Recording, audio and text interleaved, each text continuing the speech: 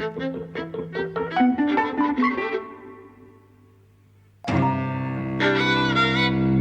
and welcome to Eavesdropping at the Movies. I'm Mike. And I'm José. And we've been to see The Equalizer 2, which is a sequel to The Equalizer. Yes. From 2014, I think. That's right. Which was Antoine Fuqua and Denzel Washington teaming up. Yes. Again, they'd done Training Day before that. That's right. I don't know if they've done another film. They've done The Magnificent Seven subsequently. So it's their fourth teaming. I've not seen that one.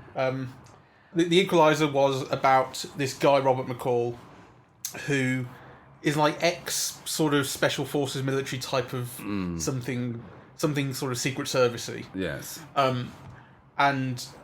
He it was something about him being dead or thought to be dead, and that he kind of uses that as a reason to get out. But then he finds himself put out, and his wife has died, and he's sort of slightly advancing years.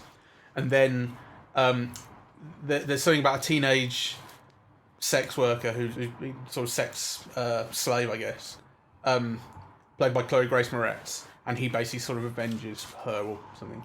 I don't remember it that well, but I remember really enjoying it, and I remember enjoying the idea of the main character being essentially a kind of flawless person.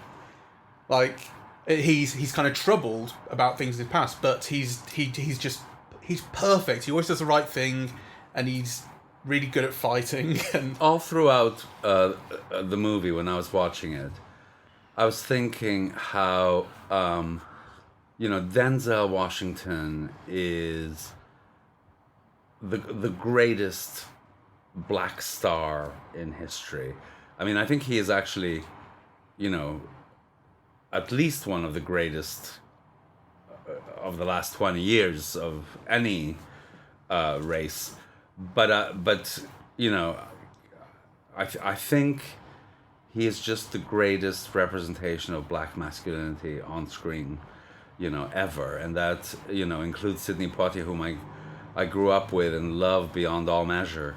But I think just in terms of the types of roles and the range of roles that he's represented, and, his abilities as an actor and what he signifies, and, the intelligence of all of his choices, and, sustaining a career for such a long time. Because when we think of Sidney Poitier, we're basically thinking like, from 57 to about 71 or something, right? That was like, from the time that he did, I forget what it's called, the film, but with Tony Curtis, where they're chained together, they escape from prison chained together, which I think he was nominated for an Oscar for that, and it really catapulted him into box office stardom.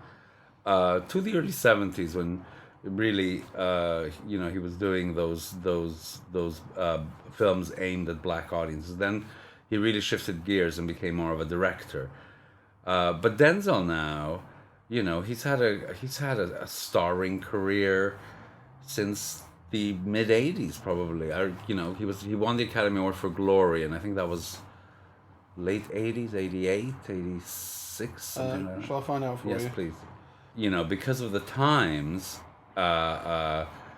changing, Denzel Washington had access to a greater range of roles. And also, but he still does them with the same kind of, charm and charisma and dignity, but actually arguably with a much greater range of an actor, and certainly a much greater range of roles. So I think he's like one of the most significant stars in history, really, not just, amongst his contemporaries. Glory was 1989. Glory was 1989. Yeah. And I think during that period, he did what Mo Better Blues, and with Spike Lee. Yeah, Mo Better Blues, Malcolm X, of course. Yes. Much Ado About Nothing, Philadelphia. Philadelphia was an enormous success. Anyway, he's been around for a long time, playing many different kinds of things. And I don't know how old he is now, but he looks around 60. And he's still doing this type of part with enormous gusto. 63. And skill and charisma. He's just a pleasure to look at. He should team up with Liam Neeson. Old men go on the rampage. Listen, Denzel is so far superior to Liam Neeson. They don't belong in the same. Yeah, but he doesn't have a catchphrase though. I'm sure he does to some people. I wouldn't be able to quote you one. I suppose. Well, there's certainly a few quotable lines from Training Day. But so let's talk about the Equalizer 2 in particular. So this film starts off with McCall in kind of this sort of retirement, semi-retirement kind of, and semi-pretending to be dead situation, living in a small kind of flat complex. And there's a real kind of sense of community around it. But he's also kind of on the down low, still doing the right thing in quite a violent way. The film early on, you see him retrieving this girl who's been kidnapped. Yes, that's the opening. He's an avenger. Right. He avenges injustice. So he's hiding away. He's pretending he's dead. He's using the ability of being dead as a means of recharging, and also as a kind of safety, I suppose. But he can't help himself from writing what he sees as injustice in a sometimes very violent way. Yeah. Well, I seem to recall at the end of the first film, he kind of advertises himself as the Equalizer. So after he's gone through what the first film takes him through, he puts an ad in the paper or something saying the Equalizer, call me. Like the A-Team, if you can find them, then you can call the Equalizer. I don't remember that, though I remember seeing the film. It's a snippet, I think. But this film suggests that, for instance, when he saves the girl, the girl's mum doesn't know. Yes. So somehow he's found out about this, and he when he sees the girl later, he says, "Shh, don't tell anyone." Yes. So there's something kind of secret about it, and yeah, it is cute as well. Yes. He is a community figure in a way. There's this real sense of harmony to a lot of the film, and actually it's surprisingly gentle. There are bursts of violence, and there is a darker plot that works its way into the film, of course. But when you see the way his life, the way he conducts himself, and the way he conducts his life, there's a great deal of harmony. So, for instance, one of the women or one of the characters with whom he lives in this complex is this Muslim woman. And you see in a very deliberately composed shot, they live opposite a synagogue. And it's like, that's all that's made of it, which is nothing. But it just suggests this kind of sense of harmony and people living alongside each other in this harmonious way, which is kind of pleasant, really. Yes. And he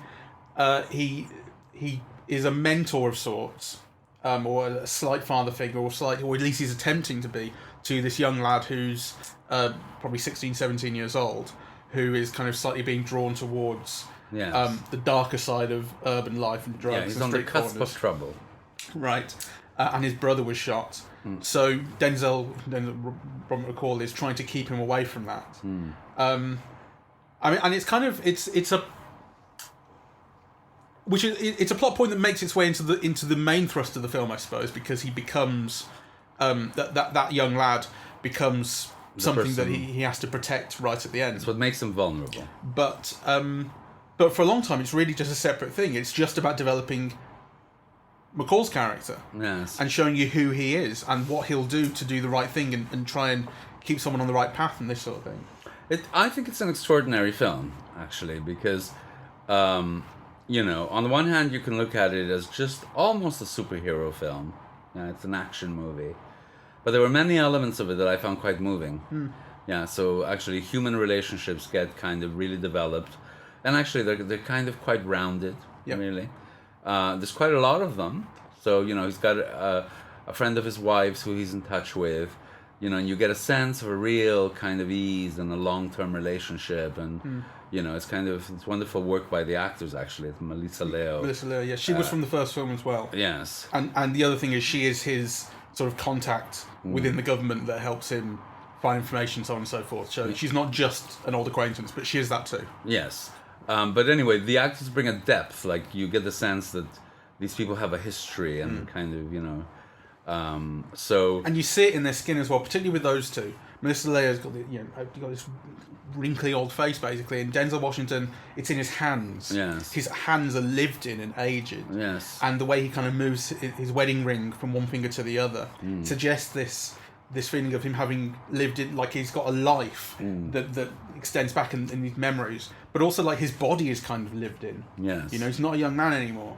No. And actually, when you get to the end of the film, or the final set piece, where he returns to where he used to live on this small town that's based on sort of an island, and it's there's a storm there, so everyone's being evacuated. You get this sense of like driving through memories, and the memories themselves being kind of under siege by this storm. Oh, that's a lovely way of putting it. It's a beautiful mise en scène, actually, by Antoine Fuqua. All of those scenes, like, from the middle of the film onwards, you get this sense of disturbance. Leaves are always moving.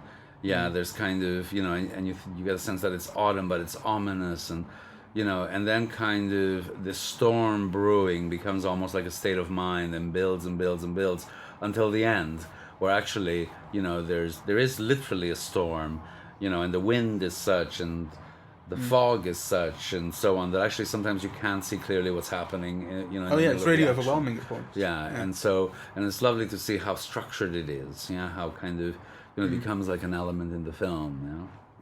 What McCall does for a living is drive a lift car. Yes. So he's a cabbie, and there's this wonderful sort of opening where it's really just a montage of him in the car listening to people's stories. Yes. So people are in the back seat and he sees them in the rearview mirror, and they are celebrating their graduation or a new baby, or they're saying, I'll see you soon, or they're rehearsing for a job. And the one guy is going off to Iraq, which was a little bit of a moment where he says, yes, I'll be here to pick you up when you come back. Yes, the film is not a perfect. So one of the things that is, because I think it's such a highly skilled film, and Denzel is really magnificent in it, and it's got elements of mise en scène that I think are just wonderful, and some shots are just superb. And then there are elements where it just almost edges onto, it crosses the line, actually, not just edges, of cliche or cheap sentimentality, right? The Iraq cabbie was one of those elements, really. I mean, that's the one that stands out for me, and to be honest, it's also not as bad as it could be. I mean, the line that you're dreading hearing in that brief conversation is "Thank you for your service." Which is what he doesn't say. What he says is it your first tour? And the kid goes, yeah. And there's a pause. He doesn't say it immediately. You can tell that Denzel's character is processing this, and he's basically scared for the kid, really, worried for him. And, yes. And that's when he kind of plucks up his courage to say, I'll be here to pick you up when you get back. Which is nice. It's nice. So it treads that line. It treads that line. The other, there's not too many. It stays scenes. on the right side of it there. There are not too many scenes like this, right? I don't want to make too much of an issue of it. I'm only kind of commenting on them because they stand out in the overall scheme of what is a very tactful, and beautiful and moving film, I think.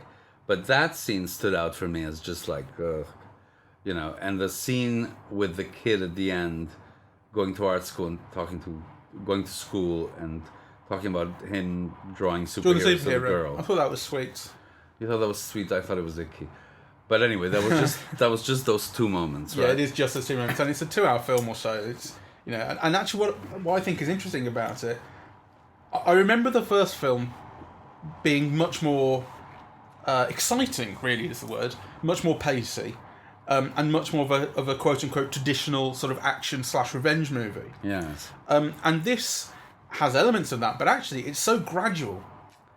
It's gradual, and actually to be honest, I didn't like the way that the action was filmed here. Right. It was done in that style that I don't like, which is that you just see parts of bodies, right? You never see somebody actually doing the action. So you have an arm block, or you have something blocking, and then kind of you move to the body, but it's all chopped up in too many ways that actually means that you can't see a person doing anything, or even feeling the danger. So I didn't.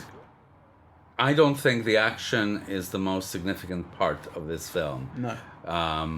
I think the film kind of creates this mood.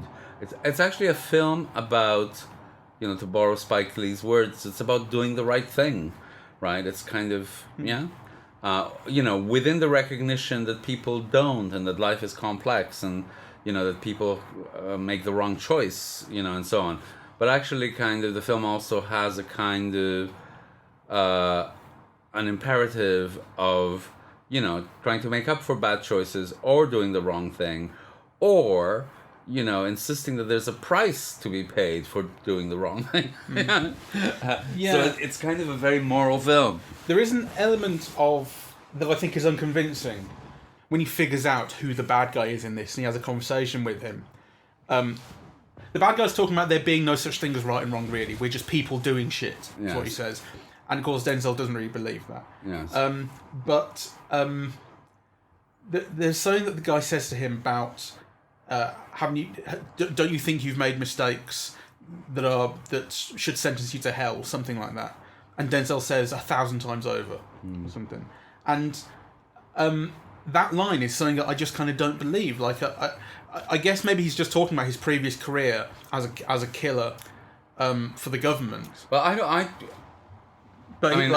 don't think he says that, because he was saying the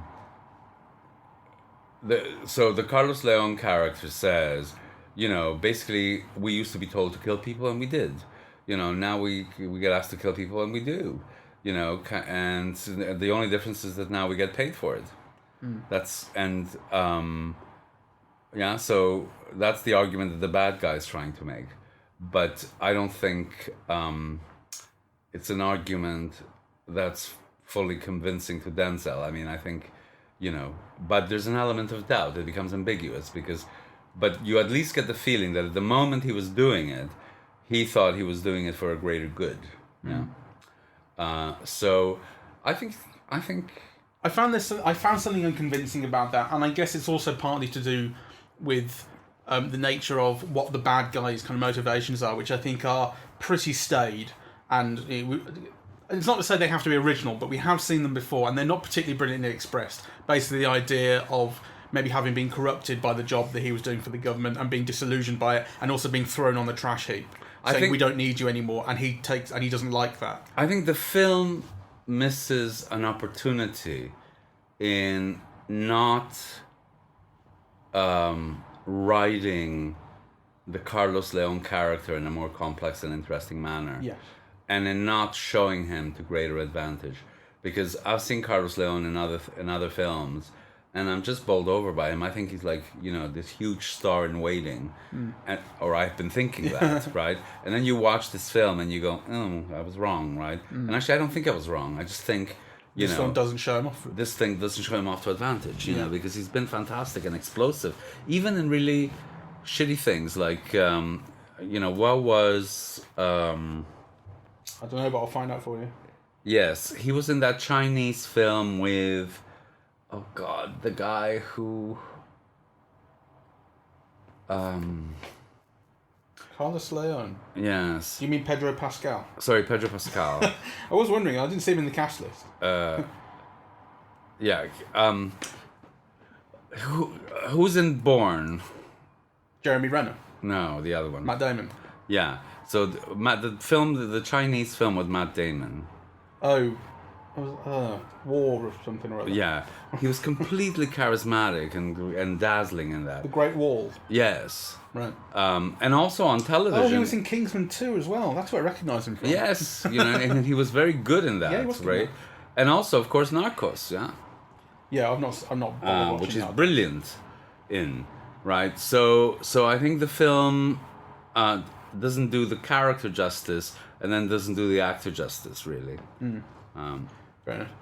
What I found really fantastic about the film, aside from it being a film with a kind of a serious moral project, right? It's a film that's also kind of positing a view of society which is so opposite to what the current American government is positing as to be almost contestatory or an act of rebellion against, the dominant way of thinking now. So you touched on it earlier, where there was like the Muslim woman in the garden, and he passes by in synagogue, and then at the end you see a mural with Frederick Douglass, and one of his friends that he gives lifts to is this old Jewish man who he helps reunite with his sister, and what he gives to read to the young boy is Ta-Nehisi Coates, right, who wrote Black Panther, and many other things, right? So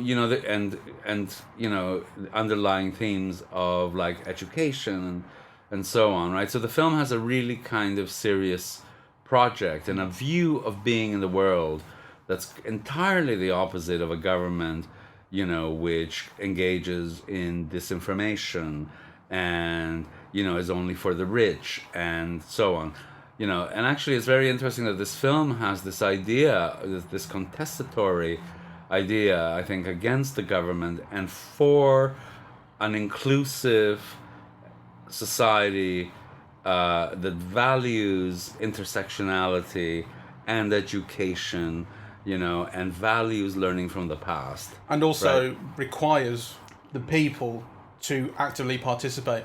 I kept thinking about the idea of community organisation, which is a really American idea. We don't see it so much over here. It's a really, really American idea of just getting involved in your community and doing and organising your community and doing things just for you. I remember there was a whole thing about when Barack Obama was running for president the first time, and people were just learning who he was. One of the things was that he was a community organiser back in the day, and of course the Republicans were saying, "What's a community organiser? That's meaningless." But it's not. Like it's when we talk about kind of grassroots politics, that's exactly what it is. It is the very change.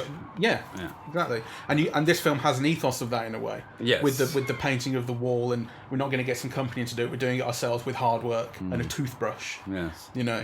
I loved all of that about the film, and I also loved that, because the Denzel Washington character in this movie is very meditative. Right, so I don't know if you noticed, but he doesn't listen to music. There's no TV, right? What we see him do is reading and thinking, and there is like the self-improvement ethos. So, one of the things is he's read the list of 100 great books, right? That was for his wife, right? Well, that was from the first film where his wife died, and he said he vowed to read all these books for her, basically. Right. Okay. Well, and you're right. It had an ethos of self-improvement about it. Yes. But actually you mentioning that is interesting because, if he finished the last book, which was Proust's In Search of Lost Time, was, the last book on his list, then, that ties in with the themes of the film as well. Yeah, kind of in search of lost time. The time is lost and he's in search of it. But actually it's the last book on the list, so it's a moment to kind of move on, to move your wedding ring from one side of your hand to the other, right? Like, kind of all of those things kind of connect in very interesting ways, and obviously, kind of ways that are thought through. So I don't think it's what anyone would have expected from a sequel to the first film. Although the first film had those elements, this film is really steeped in them. Yes. It is a really meditative film for a film that is about a certain amount of revenge and killing, and ends with this huge action set piece. Yes. It's definitely a fascinating film, and I think it kind of it's increased my respect for Antoine Fuqua as a director, actually, because I thought some of the shots were marvelous, and that's one of the reasons why I waited at the end, and I just wanted to know who had filmed it, right? I'll forget. I can find out for you. Please do. The cinematographer was Oliver Wood, who I think was in Harry Potter. Oliver Wood he was DOP. Oh, he's been going since the late 60s. Right. Let me see. Die Hard 2. Okay, well, I love that. Bill and Ted's Bogus Journey, Sister Act 2, Mr. Holland's Opus, Face Off, U571, The Bourne Identity. Well, he's done a lot of great films. The Bourne Supremacy, and I assume, The Bourne Ultimatum. Okay, well, that might explain some of the action sequences. They were too Bourne-y for me. Ben-Hur recently, and Jack Reach and Never Go Back. Right. So that's a potted history of Oliver Wood, the cinematographer. All right. Well, I think he did a fantastic job here, actually. So. And I was saying to you, like, I like Antoine Fuqua's aesthetic of very long lenses, shallow focus, kind of rich lighting and contrast. These kind of very imposing, intimidating close-ups that you get of people from the cameras kind of below them, and they're looking across the table at someone else facing off, and like it has that feeling of quote unquote a film. You think of what a film looks like. That's kind of what Fuqua's aesthetic is in a way, Yes. and I love it. Like Yes, I love it. His films feel big. Yes. You know, they feel like proper movies that are using all the opportunities available to show things in a complex manner on a big screen that makes the most of a big screen. Yeah. Maybe it's a good moment to kind of wrap it up and just kind of say, emphasize that it's really interesting. I think it's more than interesting. I think it's kind of it almost touches greatness, but it doesn't quite get there. So it's hugely entertaining. And also quite a serious film, that kind of is much more interesting than the advertising or the reviews would have it. But it's not quite as great as I would have liked it to have been. No, but beggars can't be choosers, and it's really good. It's really, really good. So we recommend that you go see it. We just celebrated our 1st year anniversary. So thank you. Our 1st year. First year. Sorry. Bastard. Our first anniversary. English is not my first language. So don't make fun of me. Yeah, he says having grown up in Canada. No. Well, which language is it? Spanish. No, I mean, which language is English? Is it your second or third? It's my third. French before English? Yes. Fucking Canadians, man. Yes, you learned something. It's anyway, our first anniversary. It's our first anniversary. Now I forgot what I was saying because you were making fun of me. So it's our first anniversary. We've had lovely feedback, which we really appreciate from all of you. And part of the purpose of, there was two purposes for this podcast, really. One, I wanted this sense of, giving people the option of just eavesdropping, on a conversation by two movie lovers on something, because I often felt this, particularly, if you love movies but don't always have someone to go with to the movies, it's always kind of just nice to kind of get a sense of what other people are thinking. Yeah, in a kind of a less formal and structured way than a review, which can have all kinds of agendas. And I wanted it to be like a kind of a pure movie-going thing. Yeah, that kind of.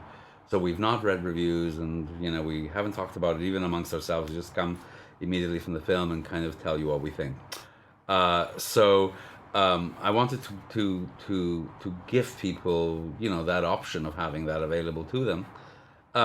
But I also just kind of wanted to really engender or incur or spark kind of a continuing conversation on the movies, right? And of course, kind of for that, your feedback or your comments are kind of an essential part of kind of, keeping I was going to say loop, but I meant more like a spiral of discussion on these movies going. Lovely. I've bored even Mike with that. So, thank you very much for listening. Cheerio. Bye-bye.